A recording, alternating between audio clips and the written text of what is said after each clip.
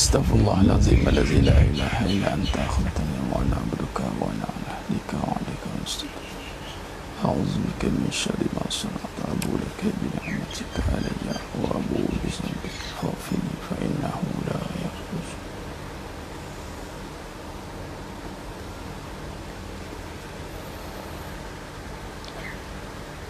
Assalamualaikum warahmatullahi wabarakatuh.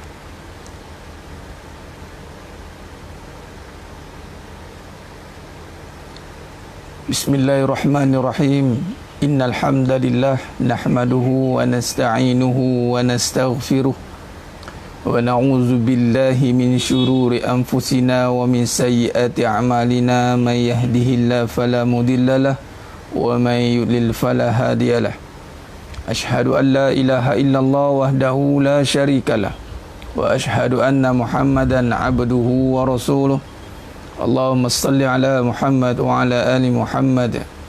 Rabbi yasir wa la tu'assir, Rabbi tammim bil khair. Rabbi shrah li sadri wa yassir li amri wa hlul 'uqdatam min lisani yafqahu qawli. Allahumma aftah alaina hikmataka wa anshur alaina min khazaini rahmatika ya arhamar rahimin. Al-Malikul Quddus Salamul Mu'minul Muhaiminul Azizul Jabbarul Mutakabbirun. Subhanallahi amma yushrikun. Wallahul khaliqul bari'ul musawwiru lahul asma'ul husna. Yusabbihu lahu ma fis samawati wal ardh wa huwal azizul hakim.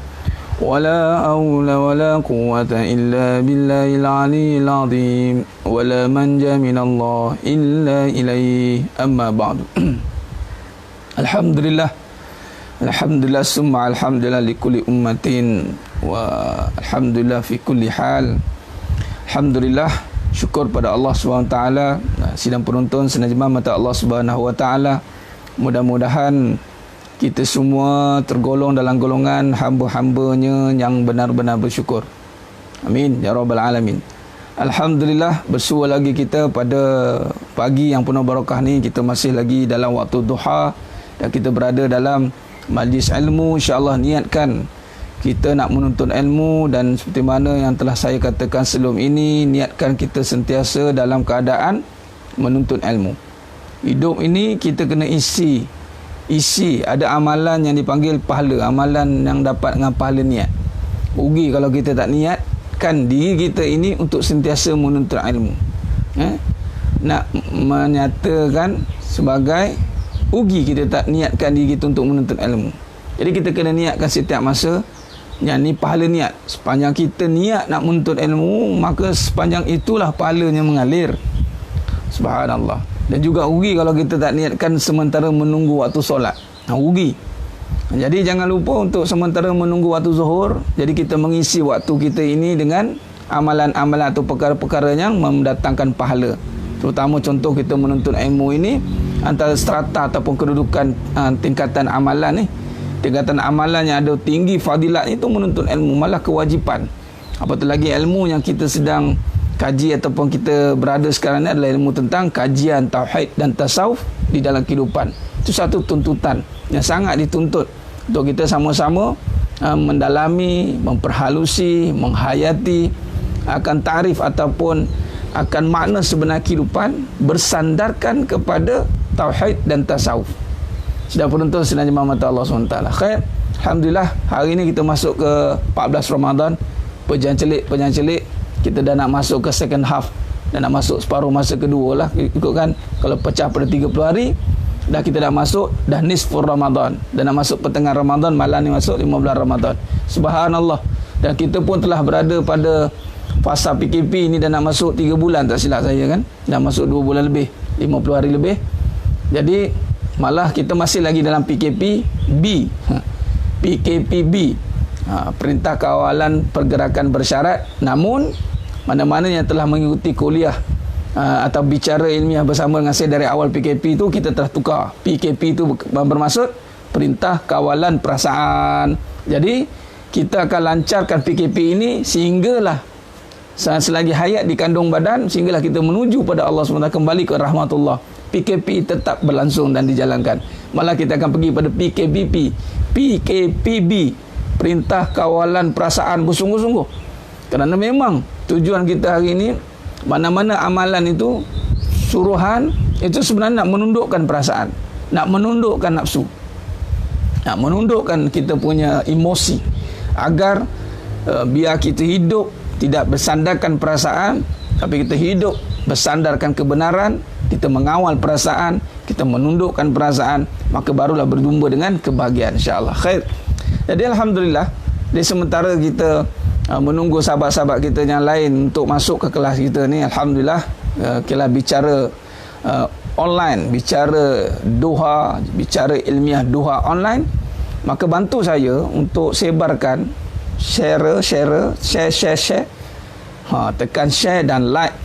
Yang mana dah follow, alhamdulillah, tekan button like sebagai tanda sokongan kepada usaha dakwah. Mudah-mudahan pahala like pun dapat, sebab suka kepada jalan agama, maka dapatlah pahala suka tu, pahala suka pada jalan agama, kan? Wa'tasimu bihablillahi jami'an wa la tafarraqu. Kita bersatu di jalan agama ni, jangan berpecah belah, kerana kita berada di jalan agama. Dan kita tolong menolong, kita tolong menolong pada perkara kebaikan. Perkara kebaikan itu membawa kita kepada sama ketakwaan. InsyaAllah khair. InsyaAllah boleh ada masa tuntulah dalam bahasa Arab. Tapi Al-Quran sebenarnya bukan bahasa Arab. Al-Quran itu kalamullah. Al-Quran bukannya bahasa Arab yang semata-mata Arab. Cuma bila belajar bahasa Arab, dia sedikit sebanyak memudahkan pembacaan. Tapi ingat, Al-Quran itu bukan bahasa Arab sebenarnya semata-mata. Kalau begitu pasti orang Arab sudah pasti dah alim, kan? Kenapa orang Arab turun di Arab Quraisy, bangsa Quraisy, dia dibuat dalam bahasa Arab? Sebab language bahasa di sana tu bahasa Arab, tapi Al-Quran adalah kalamullah, kalam Allah. Dia boleh masuk pada semua bangsa. Cuba tengok mukjizat. Mukjizat Al-Quran ni antara bahasa yang dibaca oleh semua bangsa, dalam bahasa. Sebab apa boleh semua bahasa? Sebab dalam kerana dia bahasa Allah, kalamullah, kalamullah. Dan dia bila kata dengan kalamullah, dia baca dengan iman. Sebab tu walaupun dia macam iblis, pandai iblis, kan, dia ngajar ayat kursi, mengajar ayat kursi, nampak? Mungkin dia mahir dalam uslub-uslubnya, nahu, sarah, balaghahnya. Tapi kalau Allah tak bagi iman pada dia, tak jadi juga. Jadi bahasa-bahasa Al-Quran ini adalah bahasa-bahasa kekuasaan. Memang perantaranya bahasa Arab, tapi di sebalik itu adalah bahasa-bahasa ataupun petanda-petanda. Sebab membaca Al-Quran itu bermula dengan hati, bukan dengan lisan. Sebab dia termasuk rukun iman. Dia bukan rukun Islam. Rukun iman percaya pada kitab, percaya pada kitab, kan? Kitab, nampak? Bila percaya dengan kitab, beriman dengan kitab, itu kena dengan iman. Kalau rujuk dalam surah Al-A'raf 179, Suratul A'raf 179, laqad zara'na li jahannama katsiran minal jinni wal ins lahum qulubun la yafqahuna biha. Nampak? Aku akan penuhkan, Allah kata, neraka Jahannam di kalangan jin dan manusia. Lahum, yang ada, qulubul la yafqahuna biha, ada hati tak nak memahami. Sebab tu baca Al-Quran, Iqra, malah baca Al-Quran itu, kalau tengok permulaan kalimah atau permulaan ayat tu bermula dengan suratul Fatihah.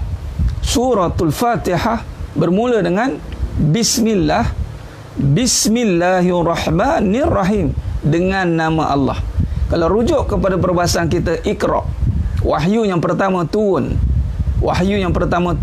kepada Nabi SAW, itu adalah wahyu yang menyuruh baca dengan nama Allah. Iqra bismi rabbikal ladzi khalaqa. Rabb yang mana? Bismillahirrahmanirrahim. Sebab tu semua, malah kita nak baca Al-Quran pun malah dianjurkan Nabi SAW bermula dengan kalam ta'awuz. A'udzu billahi minasyaitonir rajim. A'udzu billahi minasyaitonir rajim. Berlindung. Sedangkan ayat Quran dah. Ayat Quran dah tu. Kenapa nak berlindung? Sebab nanti jin yang kafir atau iblis, mereka pun pandai baca Quran. Mereka pun pandai. Iblis tu bukannya orang yang tak reti bahasa, dia reti. Sebab itu Al-Quran ada yang ditafsirkan, yang diolah, yang mana mengikut sedap rasa, ikut nafsu. Nampak? Mahir petah berkata-kata tetapi sesat seterusnya. Hati-hati. Sebab itu alhamdulillah Allah izinkan saya sempat berjumpa dengan almarhum Tuan Guru Ni Aziz Nikmat suatu ketika dahulu. Saya ingat lagi waktu tu 2 bulan sebelum beliau dipanggil berjumpa Allah Azza wa Jalla ke rahmatullah. Waktu tu sihat lagi nampaknya, tapi lah ada uzurnya tu. 2 bulan lepas tu saya ingat saya lah, lama dah. Satu perkara yang beliau pesan pada saya waktu tu, ambo bimbe katanya. Ambo bimbe katanya. Bimbang orang bukan Islam boleh hafal Quran. Orang bukan Islam hafal Quran. Amin. Tuan-tuan sedang penonton sedang jemaah mata Allah SWT. Ingat orang Yahudi, Israel semua tak hafal Quran. Mereka bukan hafal saja tau. Mereka kaji Al-Quran. Mereka kaji Al-Quran. Kita baca je lah. Ulang. Betul lah baca Quran. Tapi baca tu mestilah jadi furqan. Baca Quran mestilah kena sampai furqan. Tapi kalau baca Quran, ayat yang pertama dan suratul Fatihah, 1 ayat 1 bismillah pun kita tak boleh nak hurai. Tak boleh nak, bukan kata hurai, tak boleh nak menjiwai, tak boleh nak meresapi, tak boleh nak mengimani, masih ragu-ragu dalam hati, maka belum lagi baca Quran. Nampak tidak? Bismillahirrahmanirrahim. Nampak? Maka menghayati maknanya itu bukan sekadar dengan makna, tapi memahami tentang kekuasaannya, permulaan ilmu akidah. Sebab sebelum nak memegang Al-Quran itu mestilah memahami akidah yang benar, supaya tidak ada keraguan. Sebab Al-Quran ini milik orang yang tidak ada ragu. Kalau masih ragu-ragu dengan rezeki, masih ragu-ragu dengan kasih sayang, masih ragu-ragu dengan masa depan, masih ragu-ragu dengan dunia ini, masih ragu-ragu dengan janji Allah, maka Al-Quran tidak berguna bagi dia. Ini dirakamkan sendiri oleh Allah Subhanahu Wa Taala dan suratul Baqarah. Alif Lam Mim. Zalikal kitabu la raiba fihi hudan lil muttaqin. Zalikal kitabu la raiba fihi. Ini kitab zalikal kitabu la raiba fihi. Tiada keraguan dalamnya. Tak ada. Atau kata lain, tidak boleh orang yang ragu dapat apa pun kesan daripada Quran. Hudan lil muttaqin, dia sangat berguna atau petunjuk bagi orang yang bertakwa. Kita bincang tentang takwa. Orang takwa ni apa 30 juzuk ke? Bukan. Orang takwa ni macam mana? Orang takwa ini adalah orang yang menjaga keimanannya. Orang takwa adalah orang yang takut Allah. Orang yang bertakwa itu adalah orang yang khalis, orang yang ikhlas, mukhlisin, nalahuddin, al-muttaqin wa huwal mukhlasin. Orang yang bertakwa adalah orang yang ikhlas. Tidaklah dikatakan orang itu bertakwa kalau dia tidak ikhlas, kerana makam dia, ingat, saya suka nak sentuh Al-Quran ni. Sebab tu kita kaji tentang akidah ni, sebab kita nak masuk ke Al-Quran lah tu. Biografi Al-Quran itu Allah bagaimana tidak ikhlas tiba baca Quran. Mana iman dia tak akidah tu. Sebab cuba tengok, Islam, kemudian iman, kemudian ihsan. Ihsan ni merujuk pada ikhlas sebenarnya. Ikhlas. Sebab dia beribadat nampak Allah. Dia bukan nampak makhluk dah, dia nampak Allah. Kalau tak nampak pun Allah tengok dia buat, bukan orang tengok. Iman, Islam, iman, ikhlas, baru akan jadi muttaqin. Ikhlas, orangnya muhsin, muhsinin, ihsan, orang yang nak menjaga keikhlasan, itu adalah orang yang menjaga iman. Orang yang menjaga keimanan, bayangkan hari ini duk riak masih ada, masih tak lepas lagi ini. Bab perbincangan ikhlas masih tunggang langgang lagi. Maknanya bukan kata tak boleh sentuh Quran, tapi maknanya jangan sampai kadang-kadang Al-Quran itu menjadi satu fitnah kembali kepada umat Islam. Satu perkara yang hanya sekadar tulisan tetapi tidak menjadi pegangan.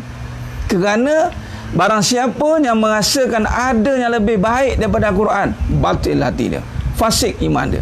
Sebab kita tidak boleh lari daripada hidup ni berpandukan Al-Quran dan As-Sunnah. Tak boleh. Tak ada teori barat ke, teori mana ke, mesti melalui Al-Quran. Mesti. Nampak tidak? Tapi ada keraguan tu dalam hati. Ikut Al-Quran ni macam mana ni? Nampak? Jadi orang yang bertakwa, udallil muttaqin. Jadi matamat, mau tak mau kena jadi orang bertakwa. Kalau tidak, Al-Quran itu sekadar bacaan. Bacaan yang tidak memberi kesan. Baca je lah, bak kata guru saya, baca je lah. Sedangkan ianya furqan. Al-Quran itu furqan. Al-Quran itu asy-syifa. Al-Quran itu huda. Sudah pasti yang dekat dengan Al-Quran huda, mendapat petunjuk. Tak ada ragu dah. Tak ada lagi kekeliruan, tak ada lagi kegoncangan hati dah. Sidang penonton, sidang jemaah mata Allah Subhanahu wa taala. Jadi maknanya, apa natijah kita buat kajian pagi ini? Ini natijah dia, kesan dia. Fadilat kita meletakkan kajian tauhid dan tasawuf di dalam kehidupan, agar segala suruhan Allah itu kita jelas dalam melaksanakan. Terutama Allah suruh baca Quran.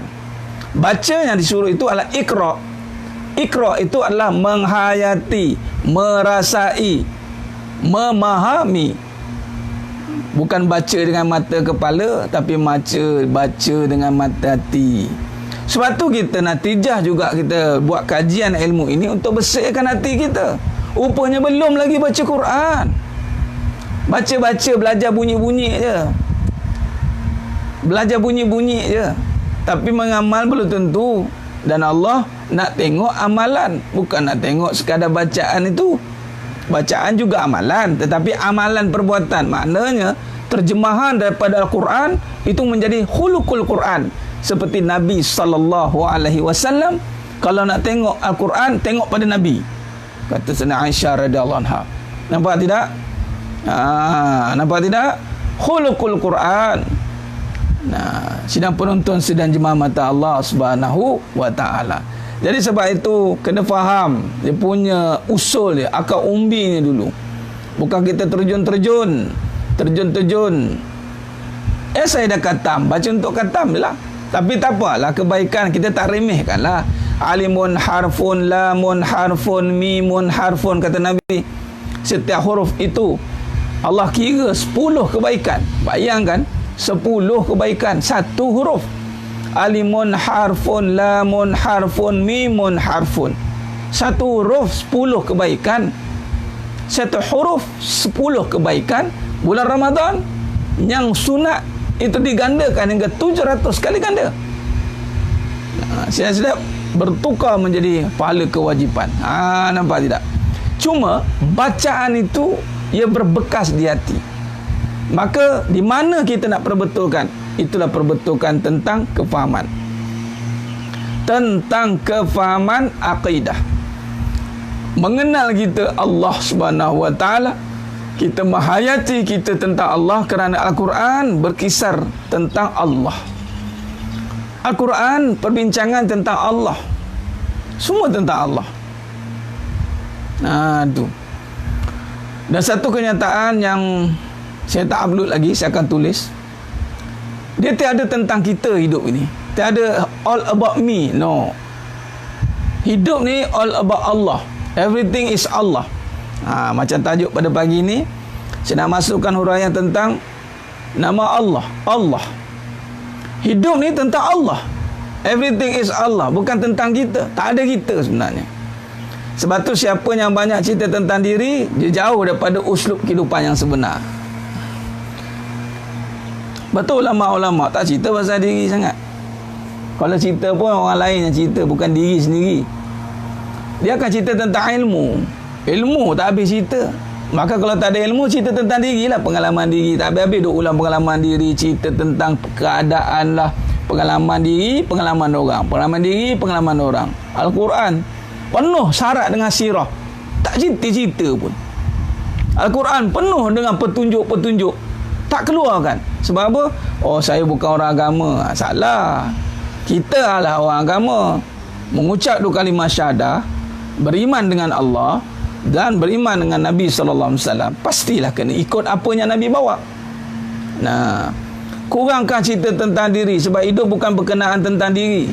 Kurangkan cerita tentang apa yang kita ada, sebab semuanya diadakan. Kurang-kurangkan, malah tiadakan terus pun tak apa.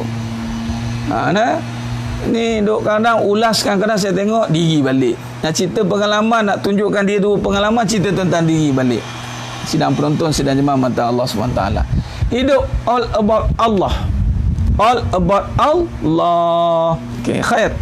Jadi sambungan semalam, kita dah sentuh kaitan tentang bagaimana kita nak memahami kronologinya, kaitan Iqra' tu kita dah sentuh. Kemudian kita masuk tentang Asmaul Husna, bagaimana kaitan dia. Permulaannya itu mesti dengan Allah. Itu yang Allah kata Bismi Rabb itu. Tapi pembawanya itu kaedah saf, itu telah mesti mengikut Nabi SAW. Yang ini perbanyakkan zikir. Kan kata Imam Ghazali rahimahullah ta'ala, daripada kita Tazkiyatun Nafs ini, daripada Dr. Said Hawa juga mentahqiqkan, mengarang semula kitab ini, mengatakan tidaklah sebenar-benar orang itu ikut Nabi. Bayangkan, tidaklah sebenar-benar orang itu benar-benar mengikut Rasulullah sallallahu alaihi wasallam dalam hal tahakkuk dan takhalluk. Jadi nak ikut Asmaul Husna ni.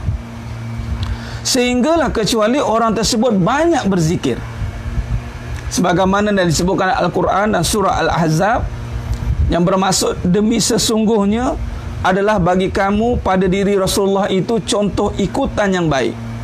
Bagi orang yang sentiasa mengharapkan keredaan Allah dan balasan hari akhirat, serta ia pula menyebut dan mengingati Allah banyak-banyak dalam masa susah dan senang. Baik, jadi natijah kepada kajian kita ni, pertama, ia mesti nak pergi menuju pada Allah. Mesti, wajib bagi segala kewajipan, kata guru saya, semua mesti menuju pada Allah. Kalau tak menuju pada Allah, batil. Baik, bila nak menuju pada Allah, pembawa siapa? Wasilah siapa? Itu panggil tawasul tu. Ada tak wasilah? Ada. Siapa? Itulah Nabi SAW. Nabi SAW itu wasilah. Itulah sebab bila kita mengucap wa Muhammad Rasulullah, dan wasilah inilah yang akan membawa kita kepada penterjemahan asma-asma Allah. Allah, wakil Allah. Dan sudah pasti wakil Allah itu bermula dengan Rasulullah, pesuruh Allah. Rasulullah bermula dengan para nabi dan rasul, 25 nabi dan rasul yang wajib kita imani, bermula dengan Nabi Adam alaihissalam, berakhir dengan Nabi Muhammad sallallahu alaihi wasallam, khatamul anbiya. Semuanya itu adalah pesuruh Allah. Kalau saya nak kaitkan dengan Nabi Adam alaihissalam, ayat yang pertama diturunkan ataupun ayat yang pertama diijazahkan. Ilmu yang diijazahkan direct langsung kepada Nabi itu adalah Nabi Adam AS. Itulah ilmu asma, nama-nama. Malaikat tak dapat ilmu ni, jin pun tak dapat ilmu ni. Jin itulah iblis, dia iri, dia dengki. Kenapa aku tak dapat ilmu ni? Ilmu representatif ataupun ambassador ataupun wakil Allah. Ilmu, nama ulama dalam Al-Mufassirin, Tafsir Al-Munir kata, Tafsir Ibn Katsir kata, dalam ayat surah Al-Baqarah ayat 31, wa'allama Adamal asma'a kullaha summa 'aradahum 'alal malaikah. Ketika Allah ijazahkan, Allah ajar Nabi Adam AS sendiri, wa'allama Adamal asma'a kullaha. asma'akul laha. Bila kata asma nama-nama benda, malah ulama menyatakan nama-nama yang tertinggi di kalangan nama benda itu adalah nama pencipta. Itulah nama bermula dengan Allah. Allah itu isim, nama. Allah, kalimah Allah itu isim. Allah itu kalau bincang lagi itu pergi pada zat. Tapi ulama mensyarahkan dalam qawaid Islamiyah ini yang merujuk kepada nama Allah itu adalah ismu azim. Allah, nama Allah. Sebab tu kalau kita rujuk dengan suratul Alaq, bermula dengan wahyu yang pertama, tengok nampak tak? Rasulullah, wakil Allah tu. Wakil-wakil Allah ni membawa nama-nama Allah dan hukum-hukum Allah. Membawa nama-nama Allah maknanya iman lah. Dan hukum-hukum Allah maknanya syariat lah. Iman dan amal lah. Hukum-hukum Allah, nama-nama Allah. Tak bawa nama diri, tak ada. Nabi Adam AS tak bawa nama diri, tak bawa. Torik nubuwah itu tidak bawa nama diri, semua nama Allah. Tapi bila kata Taghut, yakni yang lawan Allah, itu bermula dengan iblis, penghulu bagi segala kejahatan seluruh alam. Itu adalah membawa nama diri. Dia nampak diri. Ananiyah dia panggil, keakuan. Ana khairu minhu, aku lebih baik dari dia. Aku lebih baik dari dia. Aku tu, keakuan atas sifat tu. Nabi Adam AS dan terus susu jalurnya terus ke Nabi Muhammad SAW tidak membawa nama diri. Sebab tu Nabi SAW tidak berkata melainkan illa wahyu yuha. Nabi SAW tidak pernah mengenengahkan pendapat peribadi. Nabi SAW tidak menengahkan pengalaman hidupnya. Walaupun Nabi SAW mendapat wahyu umur 40 tahun. Nabi SAW mendapat wahyu umur 40 tahun. Kalau 40 tahun, biasanya orang yang sudah pengalaman, sudah berpengalaman. Bila kata berpengalaman, mesti banyak pengalaman tentang diri nak diceritakan. Tentang meniaga Nabi, tentang rumah tangga Nabi dengan Sayyidatina Khadijah radhiyallahu anha, dengan bagaimana Nabi digelar Al-Amin. Banyak cerita tentang dirinya nak diceritakan. Tetapi Nabi SAW ketika turunnya wahyu yang pertama, Iqra bismi rabbikal ladzi khalaq, dituruti dengan wahyu yang seterusnya, iaitulah ya ayyuhal muddassir kum fa'anzir wa rabbaka fakabbir. Kum fa'anzir wa rabbaka fakabbir. Maka di saat itulah bermulanya era menegakkan kalimatut thayyibah la ilaha illallah. Dipanggil risalah tauhid. Bermula dengan Nabi Adam AS sampai kepada Nabi Muhammad SAW dinamakan risalah tauhid. Cuma sampai kepada Nabi SAW, penutupnya itu dinamakan al-yaumul lakum akmaltu lakum dinakum wa raditu billah, dengan Allah meredai Islami dina. Islami dina, nama Islam, yakni selamat dengan Allah. Nampak? Nabi semua bawa nama Allah. Sebab tu ideologi ataupun mana-mana kaedah yang representatif nama diri, hati-hati. Banyak tunjuk tentang diri. Sedangkan hidup ini tentang Allah. Aku kaya, betul? Salah-satunya, aku kaya, aku pandai. Ini penggunaan sifat-sifat itu. Kita tak akan mengakulah aku Allah. Tu gila lah tu. Aku Allah. Tapi dalam sejarah kejadian manusia, jin, malaikat, binatang, jin yang mana ketua kepada kejahatan itu iblis. Sebab ada jin baik, ada jin jahat. Jin jahat maksudnya jin kafir. Jin kafir ini presidennya iblis. Tak pernah lagi mengaku Tuhan. Tapi manusia mengaku Tuhan. Itulah siapa? Fir'aun. Fir'aun mengaku Tuhan. Sebab pada manusia ini ada kelebihan yang mirip-mirip. Kalau tak ngaji akidah, kalau tak ngaji tasawuf, mirip-mirip Allah itu meresap kat diri. Dia akan terus mengaku. Ini yang berlaku. Sebab tu nak memecahkan keakuan ananiyah, patung berhala-berhala ini nak dipecahkan. nak dihancurkan supaya terbitnya kalimatullah, kalam Allah, nama Allah Subhanahu wa taala. Kita nak tegakkan nama Allah. Sebab itu bermula itulah kalau tengok kalimah yang pertama mula, iaitu ayat yang pertama mula dalam Al-Quran, itu sebenarnya ada kaitan dengan Iqra. Ada kaitan dengan Iqra. Sebab dalam Iqra bismi rabbikal ladzi khalaq. Iqra bismi rabbikal ladzi khalaq. Bacalah dengan nama Tuhanmu yang menjadikan seluruh alam. Maka ditanya, nama Tuhan yang mana? Rabb yang mana? Maka dijawab dengan suratul Fatihah. Bismillahirrahmanirrahim. Alhamdulillahi Rabbil Alamin. Nampak? Bermula dengan suratul Fatihah, dinamakan surah pembuka, Ummul Kitab. Sebab apa pembuka? Sebab dia bermula dengan nama Allah. Allah juga sifatnya pembuka bagi seluruh permasalahan, pembuka bagi seluruh kehidupan. Fatih. Bismillahirrahmanirrahim. Alhamdulillahi Rabbil Alamin. Ar-Rahmanir-Rahim. Maliki Yaumiddin. Iyyaka na'budu wa iyyaka nasta'in. Ihdinas siratal mustaqim. Siratal ladzina an'amta 'alaihim ghairil maghdubi 'alaihim waladdallin. Amin. Nampak? Jadi maknanya sekarang, kalau kita lihat jawapan bermula suratul Fatihah, bermula dengan nama Allah. Bermula dengan nama Allah. Rabb, bismi Rabb. Rabbnya mana? Rabb yang bermula dengan nama Allah.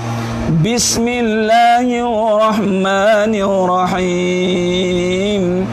Bismillahirrahmanirrahim. Nampak? Allah, Ar-Rahman, Ar-Rahim, Al-Malik. Alhamdulillahi Rabbil Alamin. Ar-Rahmanir-Rahim. Maliki Yaumiddin. Nampak tidak? Fokus kepada perbincangan. Saya tak nak ada pergi sangkut paut dengan benda lain. Sebab ini ujian. Mengaji bab akidah, kita tak tahu keadaan macam mana. Ada je benda-benda yang mengganggu, sabar je lah banyak-banyak. Ya. Kita pun tak expect apa yang berlaku, maka kita sabarlah.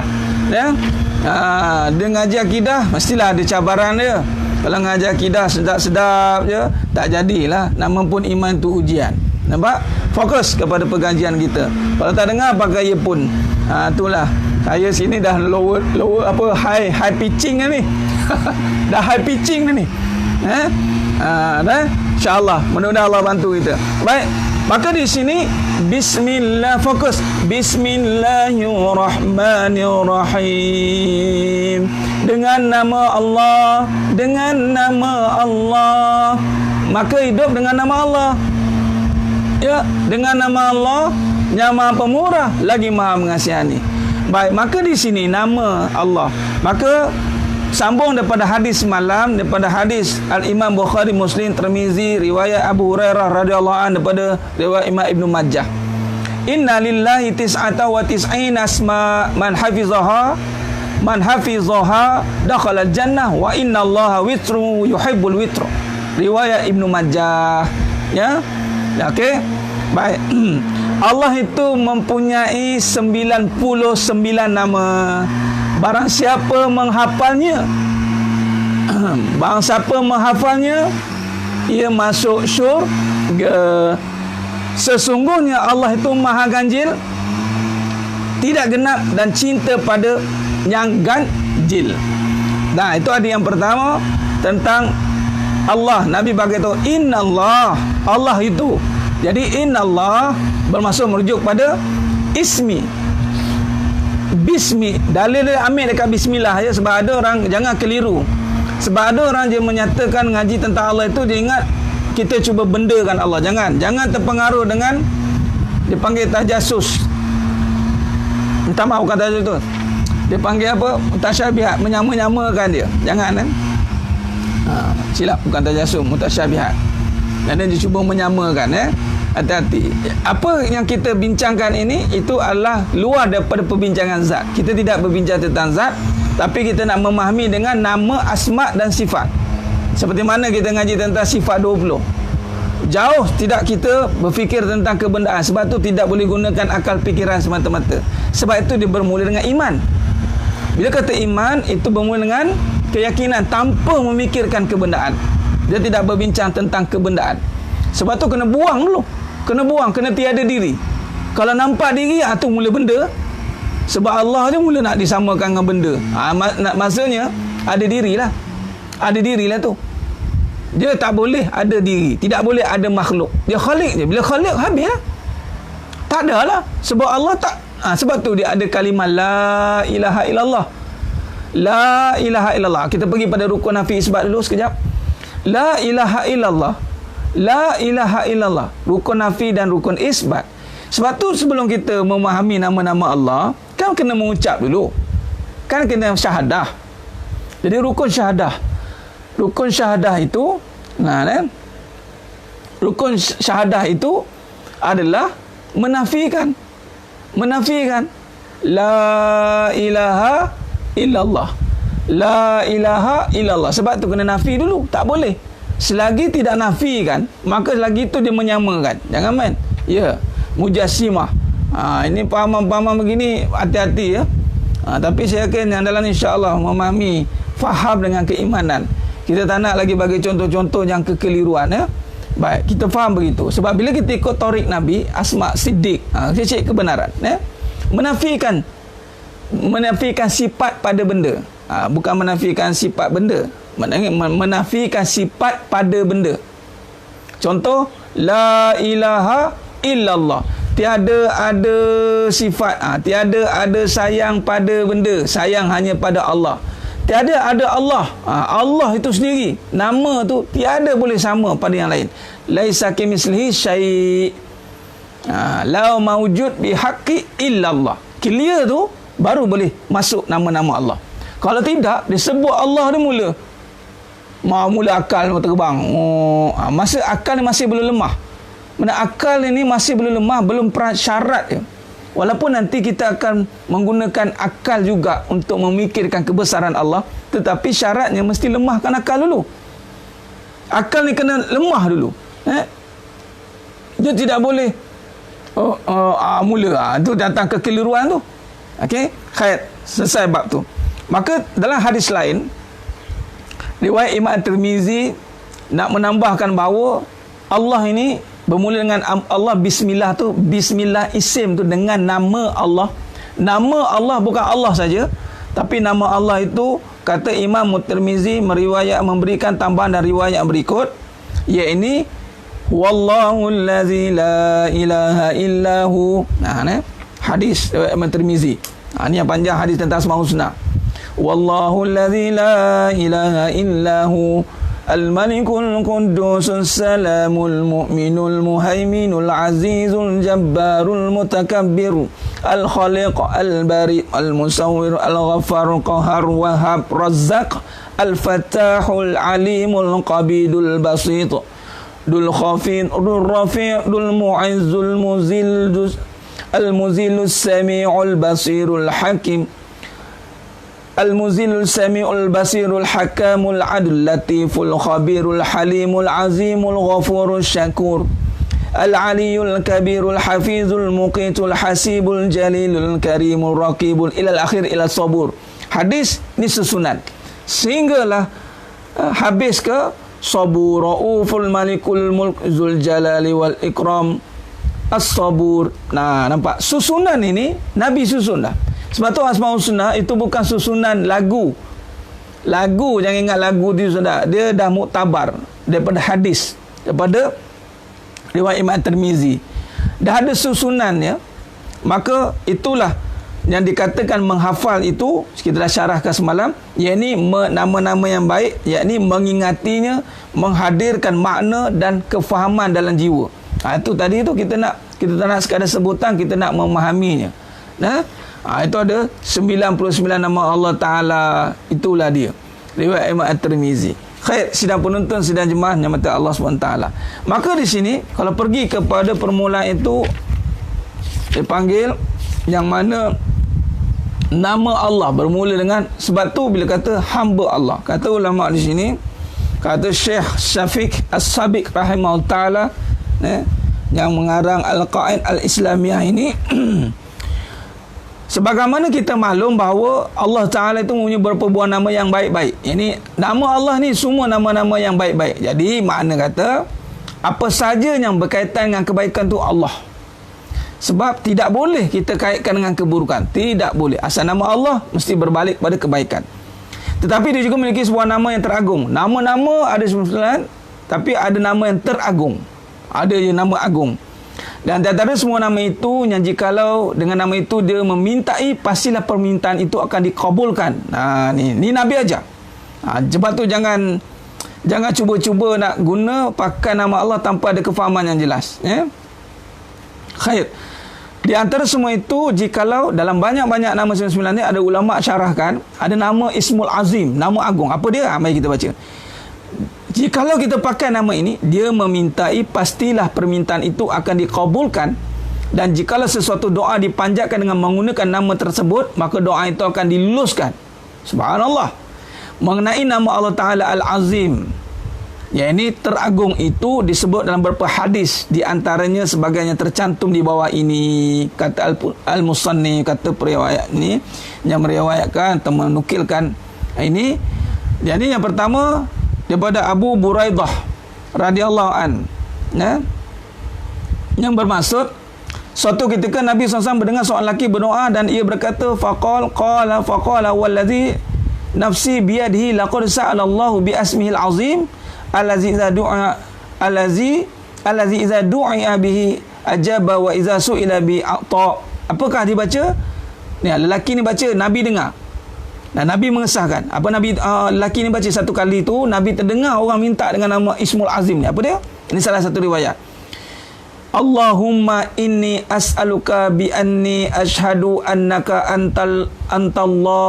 antallahu la ilaha illa antal ahad as-samad allazi lam yalid wa lam yulad wa lam yakul lahu kufuwan ahad.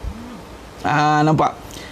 Bermulanya ada satu kali itu Buraidah radhiyallahu anhu berkata, meriwayatkan satu kali Nabi mendengar wasallam rajulan yad'u wa huwa yaqul. Ada seorang lelaki ni doa. Dia doa dengan apa? Allahumma inni as'aluka bi anni ashhadu annaka antallah. Engkaulah Allah. Nampak? Antallah, mana Allah ni nama. Antallah, mana sifat asma dan mewakili ismu azim. Antallah. Kemudian disambung lagi, la ilaha illa anta al-ahad as-samad allazi lam yalid wa lam yulad wa lam yakun lahu kufuwan ahad. Suratul Ikhlas. Sebab tu sebelum ni kita ngaji tentang Suratul Ikhlas dulu. Nampak? Kita ngaji tentang Suratul Ikhlas, baru kita nampak. Itu salah satu. Baik. Ini syarahnya. Para alim ulama ada khilaf. Tapi di sini saya bacakan je. Saya bacakan apa perbincangan mereka. Menentukan nama teragung bagi Allah SWT, tetapi yang rajih dapat dianggap kuat dan baik digunakan sebagai pegangan dan pedoman ialah pendapat mengatakan bahawa nama teragung yang dimasukkan itu ialah merupakan kalimat yang tersusun dari beberapa buah nama Allah Subhanahu wa ta'ala. Jikalau kalimat ini digunakan oleh seseorang untuk berdoa kepada Allah Ta'ala dengan melengkapi semua syarat berdoa yang ditentukan menurut peraturan syariat, maka Allah mengkabulkan doanya tersebut. Jadi nama teragung itu bukanlah sebagai satu rahsia yang tersembunyi. Dia bukan nama yang tersembunyi, tidak. Ulama kata Jadi nama teragung itu bukanlah suatu rahsia yang tersembunyi. Baik, nanti saya akan copy paste doa tu ya. Okey. Baik, di sini pula tertib doa. Nampak ulama katakan sebab tu dia tidak boleh, dan di sini ada yang mengatakan baik. Dalam meletakkan nama ni, ulama dia mensyarahkan, mengatakan ada sementara orang yang mengira bahawa dari antara sekian banyak nama-nama Allah yang mulia-mulia dan baik-baik, ada sebahagian nama-nama mempunyai khususiat, ada keistimewaan yang tertentu, sehingga kalau barang siapa mengekalkan bacaan, berzikir dengan nama-nama tertentu, maka ia akan peroleh kebaikan terus sekian banyak, serta dapat menunjukkan hal-hal yang ajaib dan perbuatan yang luar biasa. Tetapi ni ulama kata ni, kata ulama, tetapi penyangkaan yang sedemikian itu sama sekali tidak ada keterangan di dalam agama. Tak ada keterangan. Tak ada Nabi kata sekian maut itu, hanya pengalaman ulama. Mungkin pengalaman itu disampaikan, it's okay. Tapi bukan kata mesti. Ada tanya, Ustaz baca Allahumma ini ke 40 kali. Di sini ada syarahnya, mengatakan tidak ada satu penerangan. Bukan maksudnya bukan ajaran, penerangan. Maknanya tak ada berapa kali. Sebab tu hati-hati, sebab tu dia tidak boleh ambil begitu je. Dia macam ubat lah. Ubat jangan ambil terus makan. Dia ubat, dia ada aturan dia. Dia mesti dapatkan daripada khidmat, daripada doktor. Doktor cakap makan sekian-sekian. Jangan main. Sebab tu dia kata kena ambil sanad. Tu dipanggil tarikat lah tu. Sanad zikir. Dia mesti ada sanad dia. Mesti. Tu kalau sanad itu melibatkan zikir-zikir yang ada bilangan-bilangan tertentu. Jikalau ada yang dapat sanad-sanad bilangan tu melalui guru-guru yang muktabar, tafadhol lah, silakan lah. Tapi jangan ambil doa amal, baca-baca.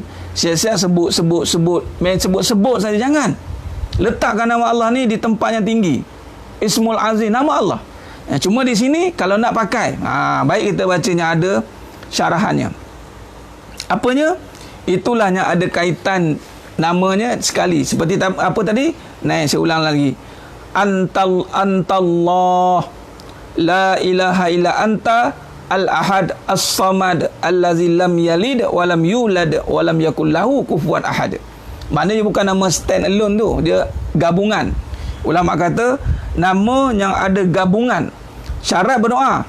Di sini ulama mengatakan jikalau kalimat ini digunakan oleh seorang untuk berdoa, sebab tu jangan berdoa tu main sebut dia, tak. Berdoa kepada Allah dengan melengkapi syarat-syarat berdoa. Melengkapi syarat-syarat berdoa yang ditentukan menurut peraturan syarak. Doa ni, sebab tu ada yang faham mengatakan sebut je doa. Tak. Kalau sebut doa, jenuh kita sebut semua dapat. Tak, doa ni dia ada pengkhususan dia ibadah. Jadi bila mana nak pakai nama Allah, ibarat macam kita nak jumpa tuanku lah. Bukan main sebut-sebut nama main ikut dan. Kita ada waktu tertentu dia, ada adab dia, ada dia punya kaedah dia. Antaranya inilah dia. Antaranya Nabi ajar ni di sini. Al-Buradah radhiyallahu anhu kata, bukan Nabi ajar tapi Nabi dengar. Dan Nabi kata apa? Laqad sa'alallahu bi ismihil azim. Nabi mengiyakan sesungguhnya dia telah meminta dengan nama Allah yang agung. Orang yang baca tadi, lelaki yang baca tadi, antallah la ilaha illa antallah.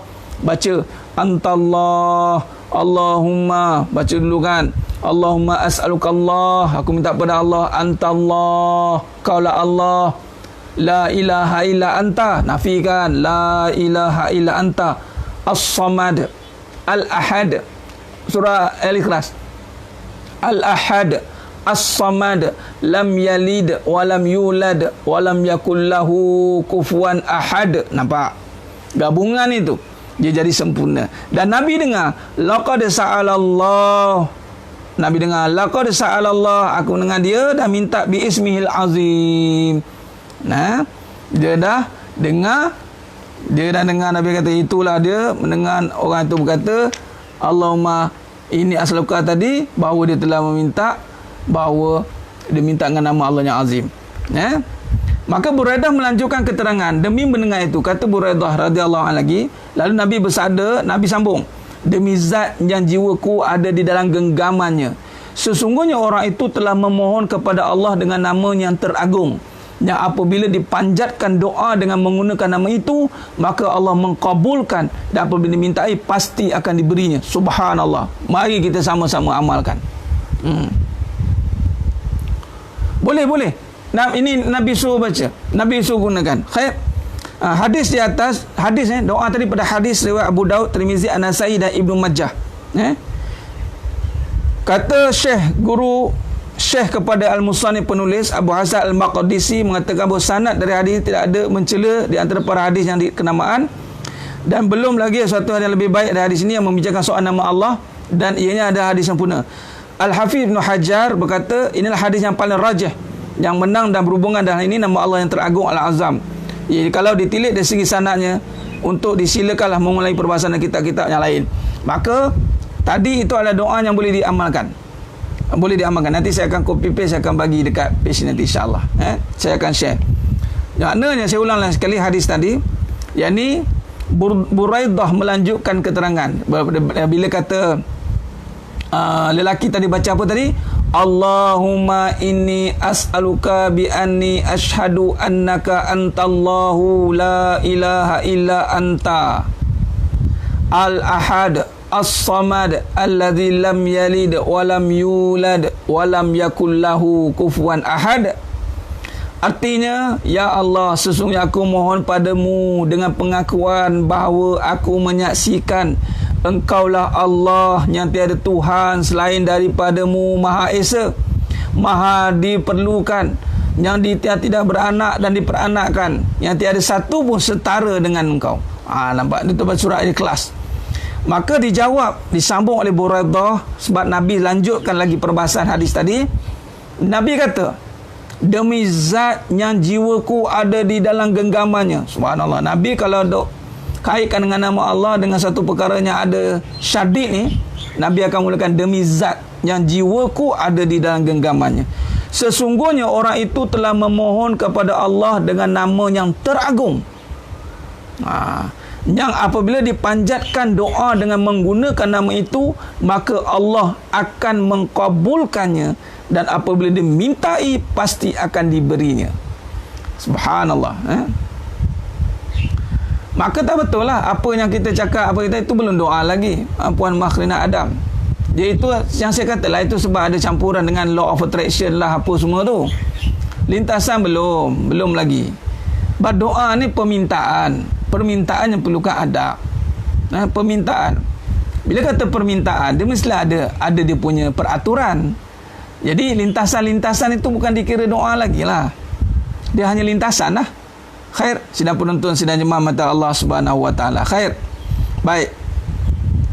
Maka ada lagi riwayat.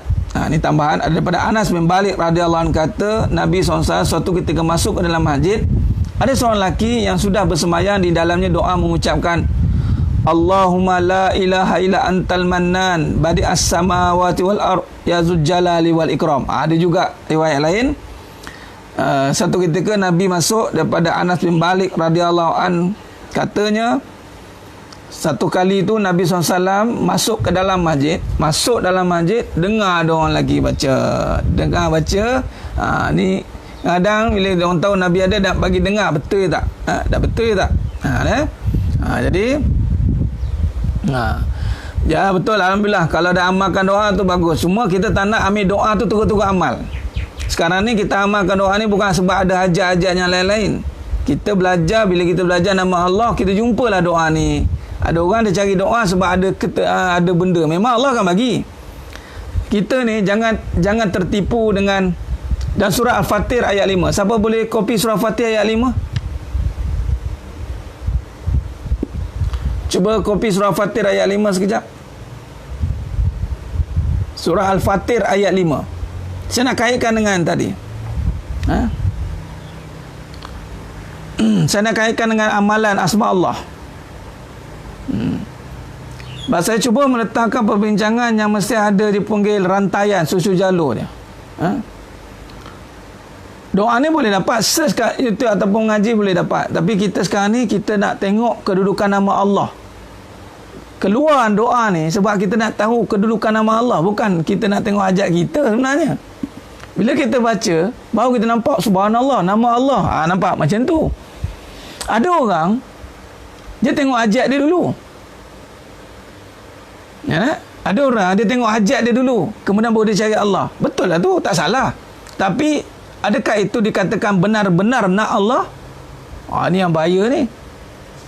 Sebab tu dengan Allah itu dia pergi kepada bersih. Memang ada hajat, tapi adakah permintaan itu bermula dengan akidah yang benar? Tapi Allah bagi juga. Ni surah Fatihah 5 ada jawapan dekat situ. Okey. Terima kasih Tuan Muhammad Aizat.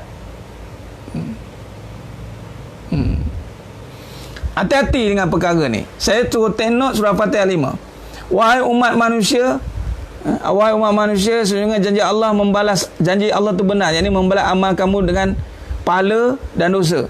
Maka janganlah kamu diperdayakan oleh kemewahan hidup di dunia, dan janganlah syaitan, ini Allah warning ni, yang menjadi seperti itu memperdayakan kamu dengan kemurahan Allah,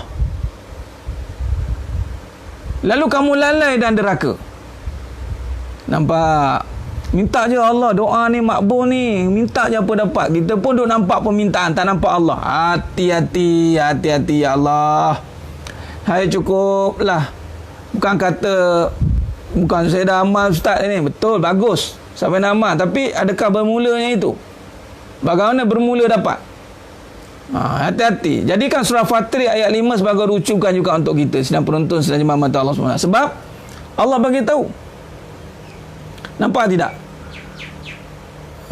Jadi sebab itu dalam permintaan dia terus bagi dia doa. Bukan tak boleh, tapi dia mestilah melalui. Kalau semak terus pakai, dia minta maaf cakap. Jadi dia kena ada adab dia. Nak ngaji, nak kena faham nama Allah, dah kena Allah baru minta.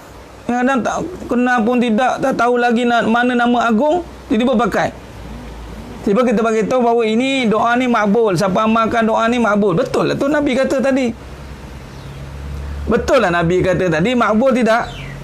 Ada kan? Cuma nak bagi tahunya, kita sedang belajar tentang Ismul Azim, bermula dengan nama Allah. Kita nak tengok Allah, nak belajar, nak kenal Allah ni, tiba-tiba jumpa hadis mengatakan doa guna nama Allah ni makbul. Apa lagi, kita pun gunalah peluang yang ada. Baru betul. Baru betul. Kita tak nak tertipu dengan Allah kata tadi dalam surah Fatihah 5, jangan sampai syaitan menipu kamu. Syaitan menipu kemurahan Allah. Doa Allah makbul. Kita pun banyak ajat, ngaji tauhid tidak, ngaji ni tidak. Jadi masuk dia pengajian. Jadi dalam sesuatu perkara benar, kebenaran tu. Sebab tu kita berhati-hati, maknanya bukan kata tak boleh. Saya ni namanya adab ni, saya berhati-hati ni supaya kita tidak terus pergi kepada natijah. Kita terus pergi pada fadilat. Kita kena tahu dulu usul ataupun asal muasal ataupun usul dia. Usul atas doa atas nama Allah ni kenapa? Oh, tadi kita cerita tentang nama Allah. Kita sedang pengajian tentang kaitan Iqra dan Bismillah. Nah, bukannya anda ada masalah, anda apa-apa hajat. Okey, kalau anda perlukan apa-apa, insya-Allah amalkan doa ni ya. Nanti kamu boleh ni. Explain lah sikit ataupun ajarlah susu jalur dia macam mana. Ataupun ceritalah apa kaitan dengan nama Allah tu. Bukan nama Allah tu saja. Sedangkan tadi kita dah jumpa ulama meletakkan bahawa kalau keluar ada perkiraan-perkiraan pada nama-nama Allah, pada sesuatu nama itu tertentu, dengan hasrat ada kesan-kesan khusus dan istimewa, maka di sini mereka menjelaskan, ulama menjelaskan bahawa tidak ada sesekali keterangan sebegitu di dalam agama. Makna nak beramal itu kena ada tunjuk ajar dari murabbi ataupun mursyid tertentu, yang kalau nak ada amalan-amalan tertentu. Jangan kita doa ambil terus pakai, jangan, hati-hati. Lebih baik amal yang clear je, yang zikir-zikir asas kan, yang adalah maksurat, yang adalah hadis ini. Dia sedang penonton, sedang jemaah mata Allah SWT. Nah, berdoa mesti kena kenal Allah. Mana boleh berdoa tak kenal? Jangan salah guna kabel. Tahu tak apa? Kena belajar dulu. Ya, sambil kita belajar, sambil itu kita upgrade. Kita tahu dah, memang kita kena minta ud'uni astajib lakum. Kita banyak ajak, kita kan lemah. Tidak boleh tidak mesti dengan Allah. Tapi macam mana kita meminta kena nama pun tidak. Nah, wasilah dan sanad tu kena itu mesti ada wasilah dan sanad kalau yang nakkan ada kiraan.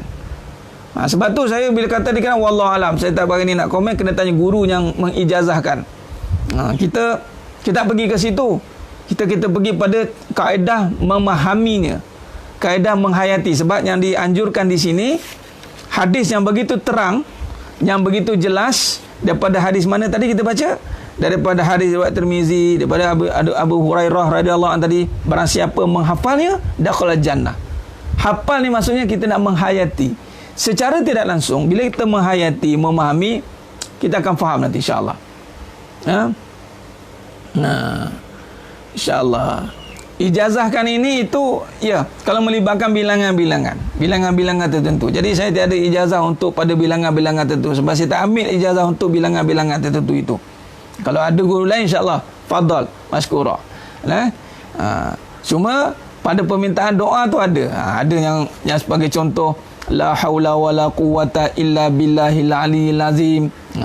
Wala manja minallah illa ilaih. Dan sekarang ni tengah dapat untuk amal ada ijazah suratul ikhlas, tapi nanti sebab belum habis lagi, dia kena 50,000 kali suratul ikhlas. Kalau dapat tu boleh saya kongsi insya-Allah. 50,000 kali suratul ikhlas. Habis 50,000 kali wiridnya, baca dia ulang dah habis baru bagi tahu. Panjang tu. Berapa lama nak ambil masa? Khair. Jadi kita sambung tadi hadis tadi daripada hadis daripada Anas bin Malik radhiyallahu an. Khair. Maka di sini pada hadis Anas bin Malik radhiyallahu anhu berkata tadi, Nabi SAW satu ketika itu masuk ke masjid, kemudian dengar ada seorang lelaki baca apa? Baca doa Allahumma la ilaha illa antal mannan badi'us samawati wal ard ya zul jalali wal ikram. Artinya ya Allah yang tiada Tuhan melainkan Engkau, melainkan Allah, Engkau adalah Maha memberi karunia, Maha pencipta langit dan bumi, Maha memiliki keagungan dan kemuliaan. Dan Nabi sambung pada hadis tadi, demi Nabi SAW mendengar, ketika Nabi mendengar kalimah itu, ayat itu, beliau SAW bersabda, pergi kau jumpa ke orang itu, ya.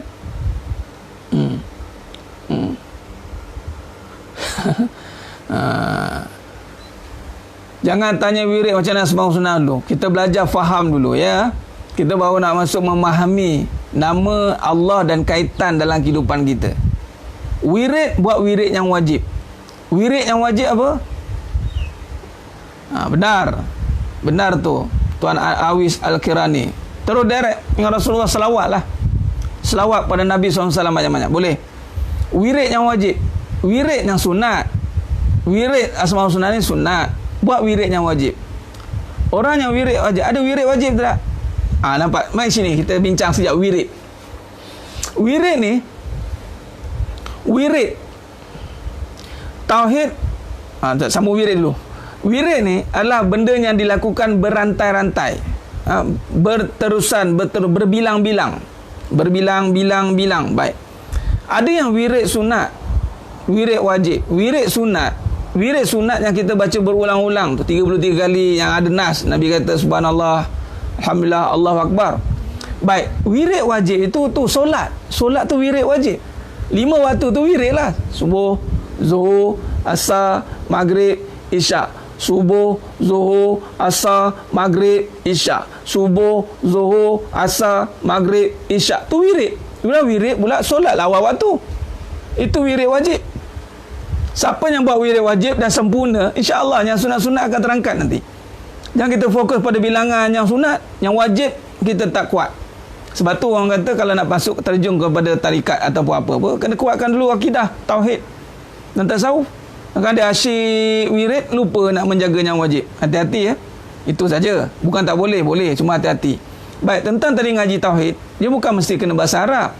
Sebab banyak bangsa yang nak mengenal Allah ni. Kalau ada bahasa Arab itu kelebihan. Tak apa, jangan betul asa kau tak pandai bahasa Arab. Sekarang ni macam-macam ada translate bahasa dah. InsyaAllah. Yang penting ni, bersihkan hati, Allah bimbing. Bersihkan hati, Allah bimbing. InsyaAllah. Khair. Baik. Baik. Okey. Jadi sambung sikit lagi sebelum kita habiskan perbincangan kita pada tengah hari, dah masuk tengah hari dah ni. Baik, sambung tadi Nabi sambung. Nabi dah dengar tadi ada satu lagi hadis berkenaan dengan Ismul Azim. Iaitu Allahumma la ilaha illa antal mannan badi'us samawati wal ard ya dzul jalali wal ikram. Yang bermaksud engkau lah, yakni ya Allah, yang tiada Tuhan melainkan Allah. Engkau adalah Maha Pemberi karunia, Maha Pencipta langit dan bumi, Maha memiliki agungan dan kemuliaan. Maka Nabi kata, lalu Nabi tanya, kau tahu tak? Tahukah kamu semua dengan lafaz apakah orang itu berdoa? Nabi kata kepada sahabat. Lalu Nabi kata, ia berdoa dengan menggunakan nama Allah yang teragung, yang apabila dipakai untuk berdoa, maka Allah mengkabulkan, dan apabila diminta, tentulah memberi. Maka di sini ada tiga. Ada disebut tentang Ismul Azim tadi, satu yang pertama, yang ini pun yang kedua, yang ketiga ada satu lagi riwayat daripada Imam Abu Daud, At-Tirmizi, An-Nasai dan Ibnu Majah. Diriwayatkan yang mana daripada Asma putri Yazid radhiyallahu anhu berkata, Nabi SAW bersabda, Ismul Azim fi hatainil ataini. Apakah Ismul Azim itu? Wa ilahukum ilahu wahid la ilaha illa huwa rahman huwa rahmanur rahim. Nampak? Wa ilahukum ilahu wahid la ilaha illa huwa rahmanur rahim. Nama Allah yang terang itu telah di antara dua buah ayat ini. Itu wa ilahukum ilahu wahid la ilaha illa huwa rahmanur rahim. Okey. Dan Fatihah Alil Imran Alif Lam Mim la ilaha illa huwal hayyul qayyum. Nampak? Maka tidak ada satu rigid. Tetapi apabila dia memulakan wahid la ilaha illa huwa rahman ar-rahim, mana Ismul Azim daripada salah satu pada hadis yang kita baca tadi itu, dia berangkai. Dia tidak ada, satu, dia tidak sembunyi, dia tidak tersembunyi. Yang kedua adalah ianya adalah berangkai. Berangkai. Maksudnya tadi ada kapit dia itu. Khair. Baik, sidang penonton, sidang imam mata Allah Subhanahu wa taala. Baik, kita sambung lagi perbincangan kita ini pada siri yang akan datang. Ini besok insya-Allah. Ada sambungan ni, ada hadis satu lagi. Saya nak buat kesimpulan dulu. Kita dah masuk tengah hari ini insya-Allah. Saya nak buat kesimpulan dulu. Mudah-mudahan Allah berkati kita semua insya-Allah. Baik. Kita dah masuk pada perbincangan bagaimana nak menghayati, nak membaca Iqra. Bersihkan hati tadi. Iqra. Bacalah dengan nama Allah. Bila sebut dengan nama Allah, ini menggunakan hati, dibersihkan hati ini dengan memahami, menghayati tentang kebesaran Allah. Dan Alhamdulillah, kita dah pun masuk siri bagaimana kita nak mengagungkan, nak merasakan keagungan Allah. Dan kita pun dah masuk tentang nama Allah tadi, Ismul Azim. Ismul Azim. Dan bila kata tentang Ismul Azim ini, padanya itu ada gabungan-gabungan tadi yang kita bacakan tadi, iaitu ada yang gabungkan dengan suratul Ikhlas, ada yang la ilaha illa anta mannan ya hannan ya badi'us samawati wal ard ya dzul jalali wal ikram. Jadi itu salah satu yang kita boleh masukkan dalam doa. InsyaAllah nanti saya akan cuba sharekan juga.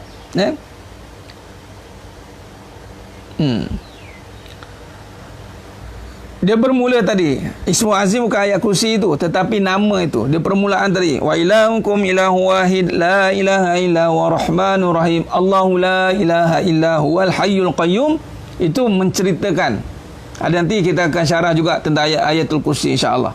Cuma bila sebut nama saja tanpa membaca ayat kursi pun, nama tadi itulah bermula dengan tadi, Allahumma antallah la ilaha illa anta as-samad ahad as-samad lam yalid wa lam yulad wa lam yakul lahu kufuwan ahad.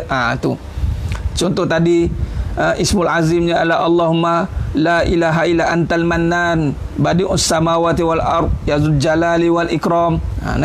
Dan juga Ismul Azim yang Nabi kata wa ilahukum ilahun wahid la ilaha illa huwa rahmanur rahim. Jadi kita cuba memahami tentang nama-nama Allah. Nama Allah tu, Allah tu sini, nama Allah itu Ismul Azim yang merujuk kembali kepada kebesaran Allah Subhanahu Wa Taala. Khair. Jadi fahamlah sikit ya.